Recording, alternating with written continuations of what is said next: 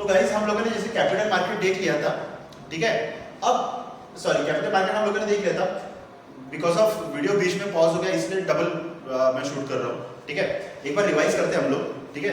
Capital market मतलब क्या रहता है, जैसे हम लोगों ने प्राइमरी मार्केट देखा है, प्राइमरी बोला, मनी मार्केट हम लोगों ने देखा है। मनी मार्केट मतलब क्या था, भैया शॉर्ट टर्म के लिए पैसा प्रोवाइड किया जाता है, ऐसे मार्केट को हम लोग बोलते हैं मनी मार्केट। उसी तरीके से कैपिटल मार्केट मतलब क्या, भैया पैसा प्रोवाइड किया जाता है बिजनेस के लिए, but mid term and long term. अब जैसा शॉर्ट टर्म पीरियड मतलब क्या, एक साल या एक साल से कम के लिए पैसा प्रोवाइड करना, मिड टर्म या लॉन्ग टर्म मतलब एक साल से ऑब्वियसली ज्यादा, राइट। तो उसको हम लोग बोलते हैं कैपिटल मार्केट। कैपिटल मार्केट में कौन से इंस्ट्रूमेंट आते हैं, जैसे कि हम लोगों ने देखा शेयर, डिबेंचर, बॉन्ड्स और पब्लिक डिपॉजिट, ठीक है, ये सारी चीजें आती है। फिर प्राइमरी मार्केट हम लोगों का शुरू था अभी। प्राइमरी मार्केट में बोला it refers to the market where in security are sold for first time. अब सिक्योरिटी का मीनिंग क्या होता है मैं बताता हूं। सिक्योरिटी मतलब यही चीज, share, debenture, bond, public deposit, इन सब को मिला के बोला जाता है सिक्योरिटी।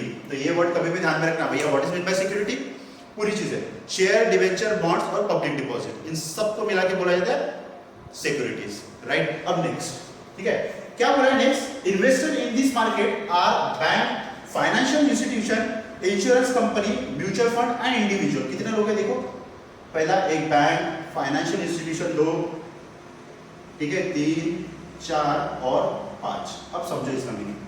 इन्वेस्टर कि भैया कैपिटल मार्केट में पैसा कौन कौन लगाता है, बराबर है, कैपिटल मार्केट में पैसा कौन कौन लगाता है। सबसे पहला बोला है बैंक, बैंक पैसा लगाता है। बैंक क्यों पैसा लगाता है, क्योंकि बैंक आपसे पैसा लेता है एज अ सेविंग के तौर पे या एज अ फिक्स डिपॉजिट के तौर पे। आप लोग बैंक में पैसा डालते हो तो बैंक वाला आपको इंटरेस्ट देता है, तो बैंक वाला कहाँ से पैसा कमाता है, एक तो बैंक कहीं दूसरे आउटसाइडर को लोन दे देगा, या बैंक के पास जो पैसा पड़ा है वो पैसा बैंक कहीं कंपनी में इन्वेस्ट कर देगा, उसके शेयर, डिबेंचर, बॉन्ड्स या पब्लिक डिपॉजिट परचेस करके, बराबर है। तो उसके ऊपर बैंक पैसा कमाता है, मतलब कौन सा, कैपिटल मार्केट में। नेक्स्ट आ गया फाइनेंशियल इंस्टीट्यूशन। फाइनेंशियल इंस्टीट्यूशन का बेस्ट एग्जांपल क्या है, बजाज फाइनेंस, मैंने बताया था लास्ट टाइम, बजाज फाइनेंस, ठीक है। फिर कैपिटल फर्स्ट जो रतन टाटा की कंपनी है, कैपिटल फर्स्ट। मतलब फाइनेंशियल इंस्टीट्यूशन का मतलब ऐसी कंपनी जिसका मेन काम है सिर्फ और सिर्फ लोन देना, बराबर है, लोन प्रोवाइड करना, तो वो लोग भी कंपनी कैपिटल मार्केट में इन्वेस्ट करती है। नेक्स्ट है इंश्योरेंस कंपनी, जो हम लोगों को पता है अच्छी खासी इंश्योरेंस कंपनियां, बराबर है। नेक्स्ट है mutual fund, mutual fund company जिसको एएमसी बोला जाता है, एएमसी, एसेट्स मैनेजमेंट कंपनी। अब एएमसी क्या होता है, जब मैं आप लोगों को म्यूचुअल फंड का टॉपिक बताऊंगा उस समय बताऊंगा कि एएमसी क्या होता है, एएमसी का काम क्या होता है, राइट, ठीक है। नेक्स्ट है इंडिविजुअल, इंडिविजुअल मतलब हम जैसे गरीब लोग, बराबर है, जो थोड़ा बहुत पैसा डालते हैं। अब ये जो बैंक है, फाइनेंशियल इंस्टीट्यूशन है, म्यूचुअल फंड की कंपनियां है या इंश्योरेंस कंपनियां है, ये जो पैसा डालती है ना कैपिटल मार्केट में, वो ऐसा नहीं है भैया 15,000, 20,000, 1 लाख, 2 लाख, वो भैया हजारों करोड़ डालती है, या हो सकता है 100 करोड़, 200 करोड़, 500 करोड़, ठीक है, बिल्कुल डालती है इतना पैसा, बराबर है, ठीक है। अब नेक्स्ट देखिए, नेक्स्ट क्या बोला है, common security use in the market are equity, preference share, debenture. मतलब ये जो मार्केट में है, प्राइमरी मार्केट की बात कर रहा हूं मैं, कैपिटल मार्केट का जो फर्स्ट है प्राइमरी मार्केट, सेकंडरी मार्केट हम लोग कल देखेंगे कि इसमें कौन सी सिक्योरिटी यूज किया जाता है, इक्विटी, शेयर, प्रेफरेंस और डिबेंचर। अब इक्विटी प्रेफरेंस क्या रहता है मैं बाद में बताता हूं आपको, ठीक है।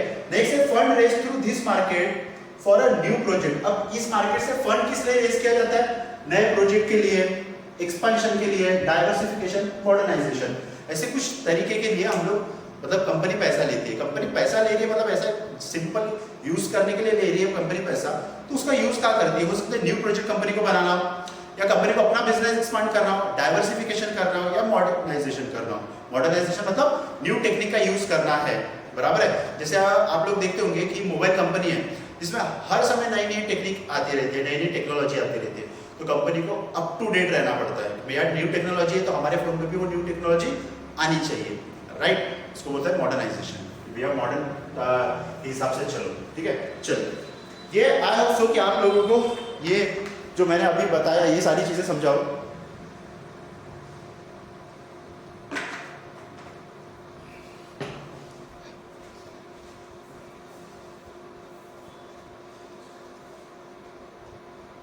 ठीक है, एक बार क्विकली रिवाइज करते हैं ये चीज, फिर इसके ऊपर आते हैं। हम लोगों ने देखा था लास्ट चैप्टर में मनी मार्केट। मनी मार्केट मतलब ऐसा मार्केट जो शॉर्ट टर्म फंड प्रोवाइड करता है कंपनियों को। Money market as a mediator काम करता है बिटवीन कंपनी एंड पब्लिक।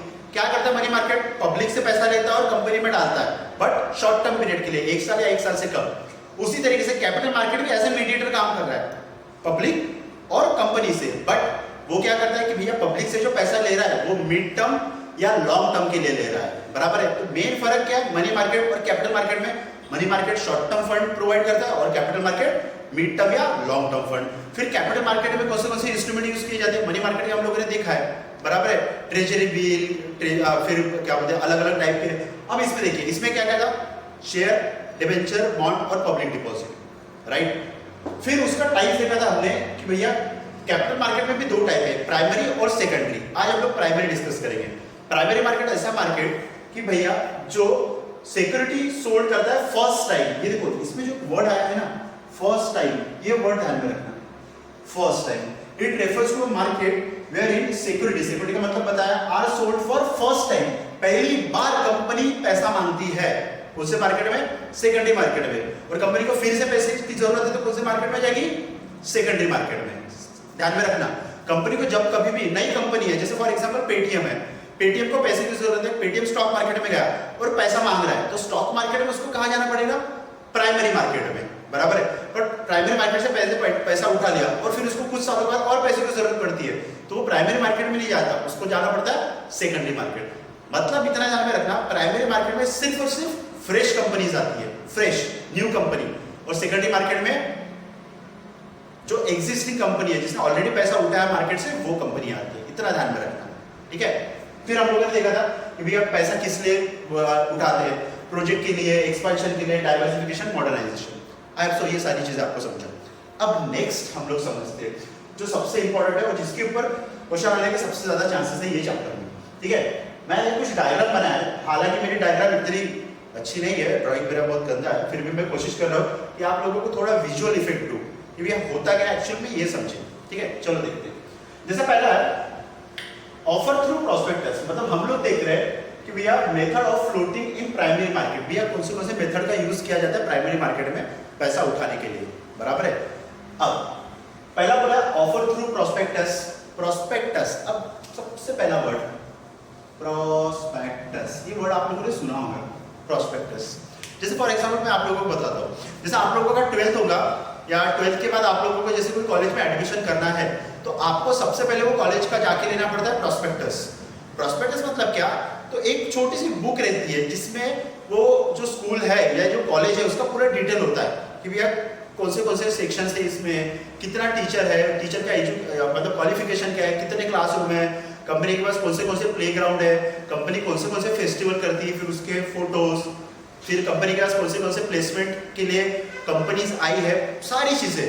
ये सारी चीजें देने के बाद सबसे लास्ट में रहता है एक पेज फॉर्म जो आप लोग भरते हो कहीं भी एडमिशन करने के लिए। आपको जो फॉर्म भरना पड़ता है जिसमें आपको आपकी फोटो लगानी पड़ती है, फिर उसमें आपको नाम, गाँव, वस्तु, प्राणी, सारी चीजें लिखना पड़ता है, आपका कितना परसेंट आप कौन से स्कूल में थे, सारी चीजें। उसी को बोला जाता है प्रोस्पेक्टस। ये तो हो गया स्कूल के लाइन में, स्कूल के मतलब पॉइंट ऑफ व्यू से मैंने बताया। अब कंपनी में प्रोस्पेक्टस मतलब क्या कि जैसे आप लोगों अगर कोई स्कूल में आपको लोगों का एडमिशन करना है, आप लोग तो अभी जनरली नेट पे यूज करते हो, नेट का यूज करते हो कि भैया कौन सा कॉलेज अच्छा है, कौन सा स्कूल अच्छा है, बराबर है। फिर उस हिसाब से आप उसको प्रोस्पेक्टस परचेस करोगे। उसी तरीके से कंपनी भी, कंपनी को पैसे की जरूरत है तो कंपनी को भी अपना बायोडाटा लोगों को देना पड़ता है। क्या बोला मैंने? अपना बायोडाटा लोगों को देना पड़ता है कि भैया मुझे 1000 करोड़ की जरूरत है, मेरे कंपनी का ये पर्टिकुलर नाम है, मैं ये बिजनेस करता हूँ, पिछले कुछ सालों में मेरा टर्नओवर इतना था, ये पिछले मेरे कुछ सालों की बैलेंस शीट है, आप P&L अकाउंट देख सकते हो, सारी चीजें दी रहती है। फिर कंपनी का डायरेक्टर कौन है, बोर्ड ऑफ डायरेक्टर में कौन कौन है, बराबर है, चेयरपर्सन कौन है, ये सारी चीजें, CA कौन है, CS कौन है, पूरी चीजें उसमें दी रहती है। मतलब सेम जैसे स्कूल का प्रोस्पेक्टस था ना, इसमें स्कूल की पूरी इंफॉर्मेशन रहती है, उसी तरीके से कंपनी का प्रोस्पेक्टस जिसमें कंपनी की पूरी इंफॉर्मेशन होती है, बराबर है। स्कूल के प्रोस्पेक्टस में सबसे लास्ट में एक फॉर्म रहता है, वो फॉर्म फिल करके आपको स्कूल में सबमिट करना पड़ता है, बराबर है, अलॉन्ग विद फीस, तो आपका एडमिशन हो जाता है। उसी तरीके से कंपनी के प्रोस्पेक्टस में भी लास्ट में एक फॉर्म रहता है तो पब्लिक को क्या करना पड़ता है, वो फॉर्म फिलअप करके कंपनी को देना पड़ता है, बट अलॉन्ग विथ पैसा, बराबर है। देखिए ये कंपनी है टीसीएस, जो मेरी फेवरेट कंपनी है, इंडिया की सबसे बड़ी कंपनी है टीसीएस, टाटा कंसल्टेंसी, रतन टाटा की कंपनी। अब ये कंपनी को पैसे की जरूरत है, बराबर है। तो ये कंपनी क्या करेगी, समझिए, ये कौन है, पब्लिक, आम जनता, दिख रहे हैं ना बहुत सारे लोग। ये कंपनी सबसे पहले पब्लिक को एक प्रोस्पेक्टस देगा, एक लेटर में एक प्रोस्पेक्टस दिया, राइट। प्रोस्पेक्टस कंपनी के पब्लिक के पास गया, बराबर है। अब पब्लिक क्या करेगी, वो प्रोस्पेक्टस का देखेंगे कि भैया ये प्रोस्पेक्टस में क्या क्या चीजें दिया है, और उसको एनालाइज करेंगे कि भैया सही में ये कंपनी में इन्वेस्ट करना चाहिए कि नहीं। फिर कंपनी को लगता है नहीं यार ये टीसीएस कंपनी अच्छी है, रतन टाटा की कंपनी है, तो ट्रस्टेड है, तो चलो ये कंपनी का हम लोग शेयर परचेस कर लेते हैं। तो वो क्या करती है, ये जो प्रोस्पेक्टस इनके पास आया ना, उसमें से फॉर्म निकालती है, फॉर्म फिलअप करती है, उसमें बताती है कि भैया मुझे कितने शेयर चाहिए, 10 शेयर चाहिए, 100 शेयर चाहिए, 1000 शेयर चाहिए। और जैसे 1000 शेयर चाहिए तो उसके साथ एक चेक दे देती है, भैया 1000 शेयर का एक फॉर्म है, फॉर्म में लिख दिया मुझे 1000 शेयर चाहिए इतने रुपए के, और एक चेक चिपका दिया, वो 1000 रुपए का जितने भी प्राइस होता होगा। मतलब नेक्स्ट इसमें क्या किया इसने, नेक्स्ट इसमें क्या किया इसने, पैसे दे दिया, कंपनी को पैसे दे दिया। अब कंपनी के पास पैसे आ गए, बराबर है, तो कंपनी के पास जैसे पैसे आ गए पब्लिक से, तो कंपनी उनको क्या देगी, शेयर। मतलब थर्ड क्या रहेगा इसमें, कंपनी उनको क्या देगी, शेयर सर्टिफिकेट, शेयर सर्टिफिकेट, बराबर है। कंपनी ने उनको इश्यू कर देते हैं थर्ड लेवल पे, ठीक है। आई होप सो अब आप लोगों को एग्जैक्टली मीनिंग समझा कि भैया प्रोस्पेक्टस, देखिए हम लोगों ने बिना डेफिनेशन के समझा है कि भैया प्रोस्पेक्टस मतलब क्या, कि भैया कंपनी इश्यू करती है पब्लिक को फर्स्ट टाइम, ठीक है। देखिए क्या बोला, under this method company invite public to apply for its security, security मतलब हम लोगों ने देखा है थ्रू इश्यू प्रोस्पेक्टस, कि भैया कंपनी पब्लिक को इनविटेशन देती है लेटर में कि भैया आप आइए और हमारी कंपनी में इन्वेस्ट कीजिए, बराबर है। Prospectus should be as per the companies act 2013 और एज पर सेबी। अब सेबी क्या रहता, सेबी छोटा सा बता रहा हूं क्योंकि हम लोगों को डिटेल में पढ़ना है कि भैया एग्जैक्टली सेबी क्या रहता है। सेबी का फुल फॉर्म होता है security exchange board of India, जो आप लोगों को शायद पता हो, या जिनको नहीं पता उन्होंने सुनिए। क्या बोला, security exchange board of India. SEBI एक तरीके का रेगुलेटरी होता है, जैसे फॉर एग्जांपल आरबीआई, आप लोगों ने सुना है आरबीआई, आरबीआई में आप बैंक अकाउंट ओपन कर सकते हो क्या, नहीं। आरबीआई का काम क्या है कि भैया जितने भी बैंक है इंडिया में, नेशनलाइज भैया कमर्शलाइज प्राइवेट सेक्टर, सबके ऊपर कंट्रोल करना, क्योंकि भैया बैंक फ्रॉड तो नहीं कर रहा, क्योंकि पहले के टाइम में क्या होता था, बहुत सारी बैंक पैसा लेके भाग जाती थी, बराबर है। तो भैया इसके ऊपर फिर आरबीआई का कंट्रोल होता है कि भैया कोई बैंक फ्रॉड तो नहीं कर रही है, बराबर अपना काम कर रही है कि नहीं कर रही है, नहीं कर रही है तो उसको बैन करो। जैसा अभी recently Punjab and Maharashtra bank cooperative bank, PMC,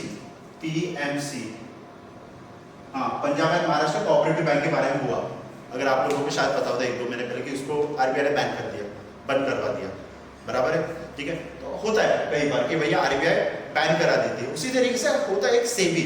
SEBI क्या करती है कि जितने भी कंपनी स्टॉक मार्केट में लिस्टेड है, लिस्टेड मतलब रजिस्टर्ड, अब रजिस्टर्ड का मतलब जो कंपनी ने पब्लिक से पैसा उठाया है स्टॉक मार्केट के थ्रू, कंपनी को पैसा चाहिए, स्टॉक मार्केट में आओ, पब्लिक से पैसा उठाओ, ठीक है। तो भैया जो कंपनी स्टॉक मार्केट में आकर रजिस्टर्ड हुई है ना, उसके ऊपर कंट्रोल करता है सेबी। सेबी देखता है कि भैया जो कंपनी रजिस्टर्ड है, इसको कहा जाता है लिस्टेड होना।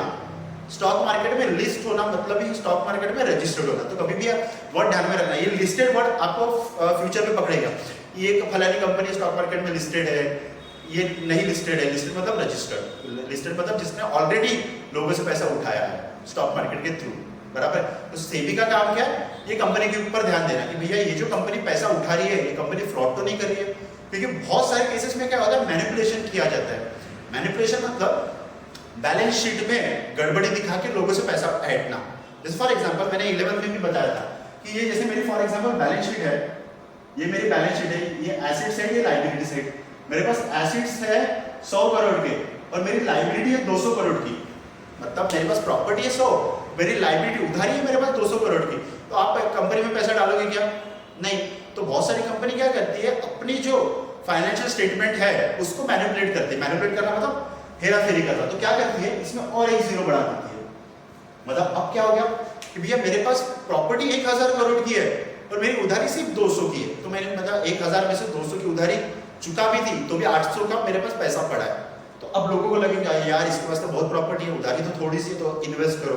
तो ऐसे बहुत सारी कंपनियां ना करें, इसलिए सेबी का काम होता है इस सारी चीजों के ऊपर कंट्रोल करना। क्योंकि भैया ऐसे कंपनी में अगर पब्लिक ने पैसा डाला तो पब्लिक का पैसा डूब गया। तो स्टॉक मार्केट वैसे भी बदनाम है, सट्टा मार्केट के नाम से जाना जाता है कि भैया पैसा डूब जाता है बहुत सारे लोगों का। तो इस वजह से डूब सकता है कि भैया बहुत सारे लोगों को बेवकूफ बना के कंपनियां पैसा उठाती थी पहले, बट अब नहीं। अब सेबी बैठा है उसके ऊपर कि भैया कंपनी की जो भी बैलेंस शीट है उसको सेबी सबसे पहले एनालाइज करते हैं, फिर अप्रूवल देगी, तब जाके वो कंपनी रजिस्टर्ड होती है। ठीक है, आई होप सो कि आप लोगों को सेबी क्या होता है ये समझा। ठीक है, देखो हम लोग ये सारी चीजें डिटेल में समझ ले। ठीक है, ये समझा प्रोस्पेक्टस क्या रहता, बराबर है। अब नेक्स्ट देखिए ऑफर फॉर सेल। ठीक है, ऑफर फॉर सेल क्या बोला है इसमें, देखिए under this method security are not issued directly to public, not issued public को। ठीक है, they first use to intermediaries like issue house, stock broker.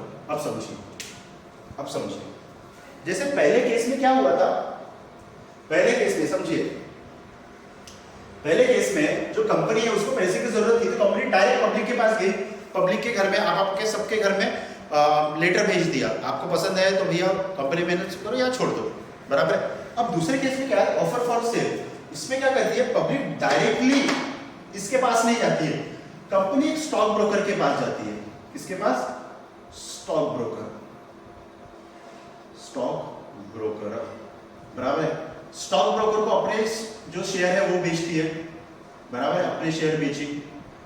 ठीक है, फिर स्टॉक ब्रोकर का काम क्या है कि भैया स्टॉक ब्रोकर ने इसके शेयर को परचेस कर लिया तो स्टॉक ब्रोकर वो शेयर आगे बेच देती है पब्लिक को। समझिए, समझ में आ रहा। जैसे फॉर एग्जांपल कि ये केस में मानिए कि टीसीएस कंपनी ने इसको 100 रुपए में शेयर बेचा है, बराबर है, स्टॉक ब्रोकर को। तो स्टॉक ब्रोकर पब्लिक को कितने में बेचेगी, 200 रुपए में। समझ में आ रहा, मतलब क्या होता है कि भैया ऑफर फॉर सेल में कंपनी डायरेक्ट पब्लिक के पास ना जाते हुए स्टॉक ब्रोकर के पास जाती है। अब ऐसा क्यों करती है कंपनी, क्या मतलब आप लोग देख रहे होंगे कि स्टॉक ब्रोकर तो 200 रुपए कमा रहा है और कंपनी को 100 रुपए मिल रहे हैं, तो भैया कंपनी का तो लॉस हो गया, कंपनी ने डायरेक्ट स्टॉक ब्रोकर के पब्लिक के पास जाना चाहिए, तो क्यों नहीं जाती है, सिंपल, क्यों नहीं जाती है, क्योंकि भैया कंपनी को अगर सडनली पैसे की जरूरत है पब्लिक के पास जाएगी, पब्लिक को क्या बोलते हैं प्रोस्पेक्टस देगी, फिर पब्लिक 2-4 महीनों में उसका रिप्लाई देगी, तो बहुत टाइम लग जाता है और पैसा भी बहुत खर्च होता है। तो ऐसा ना हो, कंपनी को जल्दी पैसे की जरूरत है तो कंपनी स्टॉक ब्रोकर के पास जाती है। अब स्टॉक ब्रोकर का काम होता है शेयर परचेस करना कंपनी से और वो शेयर आगे चिपका देना, बराबर है। अब स्टॉक ब्रोकर की कुछ नाम बताता हूं मैं, ठीक है, जैसा आप लोग देखोगे, देखो मैं पूरी चीजें प्रैक्टिकली बता रहा हूं आप लोगों को, ठीक है। मोतीलाल ओसवाल, ठीक है, एंजल ब्रोकिंग, ठीक है, आनंद राठी, बहुत सारे स्टॉक ब्रोकर है, बहुत सारे, आप कभी सर्च करना मोतीलाल ओसवाल, आनंद राठी, एंजल ब्रोकिंग में तो मैंने खुद पढ़ाई किया है, ठीक है। तो ये सारी चीजें है, ये स्टॉक ब्रोकर का काम होता है, मतलब ऑफर फॉर सेल में कंपनी डायरेक्ट पब्लिक के पास ना जाते हुए स्टॉक ब्रोकर के पास जाती है, राइट। आज आपको ये समझाओ क्या होगा, ठीक है। Next private placement. अब ये जो है ना प्राइवेट प्लेसमेंट, इसका एक केस हुआ है सुब्रतो रॉय का, जो सहारा ग्रुप का चेयरपर्सन है, सहारा ग्रुप का, आप लोग कभी सर्च करना, सहारा ग्रुप का चेयरपर्सन है सुब्रतो रॉय, ठीक है, जिसका केस हुआ था प्राइवेट प्लेसमेंट से रिलेटेड, बराबर है। तो शायद आप लोगों ने सुना होगा या नहीं सुना होगा, अगर सुना है तो अच्छी बात है, नहीं सुना तो अभी बता रहा हूँ, ठीक है। उसका केस हुआ था कि प्राइवेट प्लेसमेंट में उसने कुछ तो भी गड़बड़ी किया था। अब क्या रहता प्राइवेट प्लेसमेंट, सबसे पहले वो तो समझते हैं, ठीक है। देखिए क्या बोला, under this method sell the security to some selected person, क्या बोला है, selected institutional investor and individual. मतलब देखिए कंपनी है, कंपनी को पैसे की जरूरत है, बट कंपनी पब्लिक के पास नहीं जा रही है, कुछ सिलेक्टेड लोगों के पास जा रही है। सिलेक्टेड लोग मतलब जो अच्छे खासे पैसे वाले हैं, जैसे टीसीएस कंपनी है, तो टीसीएस कंपनी पकड़ लीजिए, टाटा, सॉरी इसे तो टाटा की है, टीसीएस कंपनी फॉर एग्जांपल इसके पास चली गई, अंबानी के पास चली गई, विजय माल्या के पास चली गई, जिनके पास ऑलरेडी बहुत पैसा है।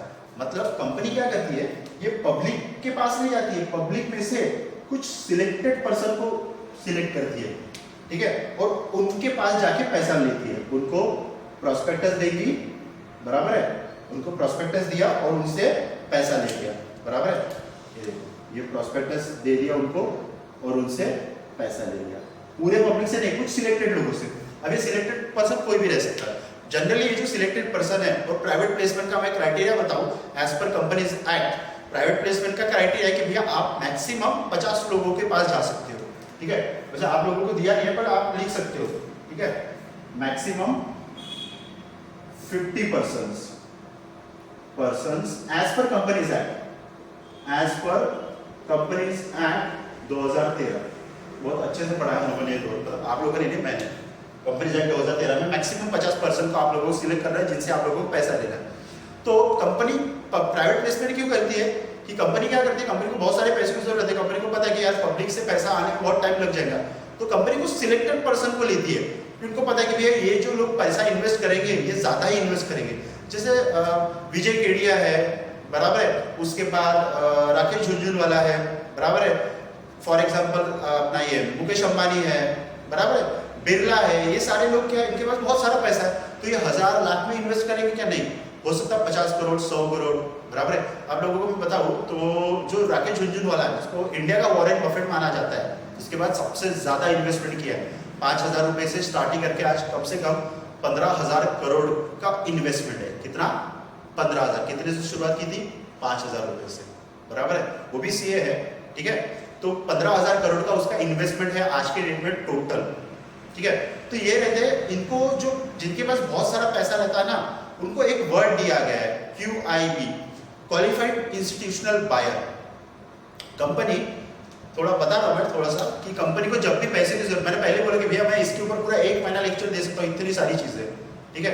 थोड़ा आपके नॉलेज के लिए बता रहा हूँ, कंपनी को जब भी पैसे की जरूरत होती है ना, तो कंपनी जैसे प्रोस्पेक्टस इश्यू करती है तो वो 3 लोगों को इश्यू कराती है, एक बड़ी बड़ी कंपनियां, एक पब्लिक, और एक होता है QIB मतलब इंडिविजुअल लोग ही जो पब्लिक में से ही है, सिलेक्टेड पर्सन, पर जो ज्यादा इन्वेस्ट करते हैं। जैसे राकेश झुनझुनवाला का टाइटन कंपनी है, जो वॉच की कंपनी है, उसका मेरे ख्याल से नियर अबाउट 500 या 700 करोड़, कितना? 500 या 700 करोड़ का इन्वेस्टमेंट है उसका टाटा कंपनी में। 500-700 रुपए नहीं, करोड़। हम लोग कितना करेंगे? 500-700 रुपए, 5 लाख तो बहुत बड़ी बात होगी, बराबर है, ठीक है। तो चलो वो बात अलग है, मैं सिर्फ बता रहा था आप लोगों को, ठीक है। तो प्राइवेट प्लेसमेंट में क्या, पब्लिक में से सिलेक्टेड लोगों को पैसा मांगो। Next, right issue. अब राइट इश्यू में देखिए, ठीक है।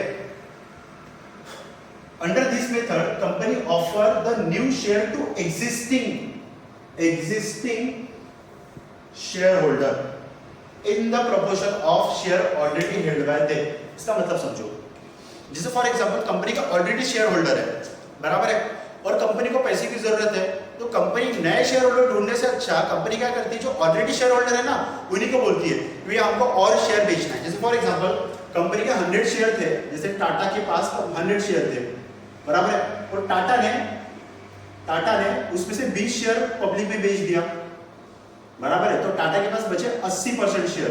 टाटा को और पैसे की जरूरत है, तो उसको और 10% शेयर पब्लिक में देना है, तो वो न्यू पब्लिक को ना देते हुए वो सबसे पहले ऑफर देती है जो एग्जिस्टिंग पब्लिक है ना, जिन्होंने शेयर परचेस किया था उनको, उसी को बोला था राइट इश्यू। राइट इश्यू मतलब क्या कि भैया शेयर ऑफर करो एग्जिस्टिंग शेयर होल्डर को। देखो, under this method company offer a new share to existing share holder, जो भैया ऑलरेडी शेयर होल्डर है ना कंपनी के। देखो, कंपनी के अंदर में मतलब ऑलरेडी शेयर होल्डर है और ये पब्लिक है, तो पब्लिक को ऑफर देने से पहले अंदर के अंदर ही ऑफर दे दो, भैया आपको और भी शेयर चाहिए क्या, हम लोग बेचने वाले हैं पब्लिक को बेचने के पहले आपको दे देते हैं। अब इसमें फायदा क्या रहता है कि वो डिस्काउंट भी दिया जाता है एग्जिस्टिंग शेयर होल्डर को, राइट। चलो, ये हो गया। फिर उसमें बोला है ऑलरेडी हेल्ड बाय देम, मतलब कुछ प्रोपोर्शन में दिया जाता है, मतलब जैसा फॉर एग्जांपल 2:1, 3:2। जैसे फॉर एग्जांपल मैं अभी बता रहा हूं कि कंपनी ने ऑफर दिया राइट इशू 2:1, ठीक है। क्या है राइट इशू? किस तरीके से? 2:1, अर्थात कि भैया जिनके पास ऑलरेडी 2 शेयर है, ठीक है, उनको कंपनी राइट देती है 1 शेयर का, अर्थात कि भैया ऐसा नहीं है कि भैया नए मतलब जो एग्जिस्टिंग शेयर होल्डर उनको पूरा का पूरा अधिकार दे दिया, वैसा नहीं, कुछ प्रोपोर्शन में रहता है। उनमें बोलते हैं कि भैया आपके पास 2 शेयर है तो आपको 1 शेयर का राइट है, आप 1 शेयर परचेस कर सकते हो। फिर हो सकता है 3:2 है, तो जिनके पास 3 शेयर है ऑलरेडी उनको 2 शेयर का और ऑफर दे दिया, बराबर, इस तरीके से। हैं। चलो वो आपके काम की चीज नहीं है, फिर मैं थोड़ा डिटेल में समझा देता हूँ, ठीक है। फिर नेक्स्ट आता है EIPO, ये सबसे इंपॉर्टेंट चीज है EIPO, बराबर है। एक्चुअल में देखिए ये जो मैंने बताया ना, ये ऑफर थ्रू प्रोस्पेक्टस, ये जो काम था ये एक्चुअली कई साल पहले होता था, जब डीमैट अकाउंट नहीं बना था। डीमैट, अब डीमैट अकाउंट क्या रहता है मैं आगे बताऊंगा, कुछ लोगों को बताओ, बराबर है। पहले जो भी शेयर का ट्रेडिंग होता था ना वो फिजिकली होता था, मतलब आपको स्टॉक मार्केट में जाना पड़ता था, फिर बोली लगती थी, हाँ भाई मेरे कंपनी का शेयर 10 में बेचना है, बोलो बोली लगाओ, फिर एक जन बोलता था 11 रुपए, एक 12, एक 15, तो चलो 15 को सोल्ड, बराबर। इस तरीके से पहले फिजिकली सोल्ड होता था।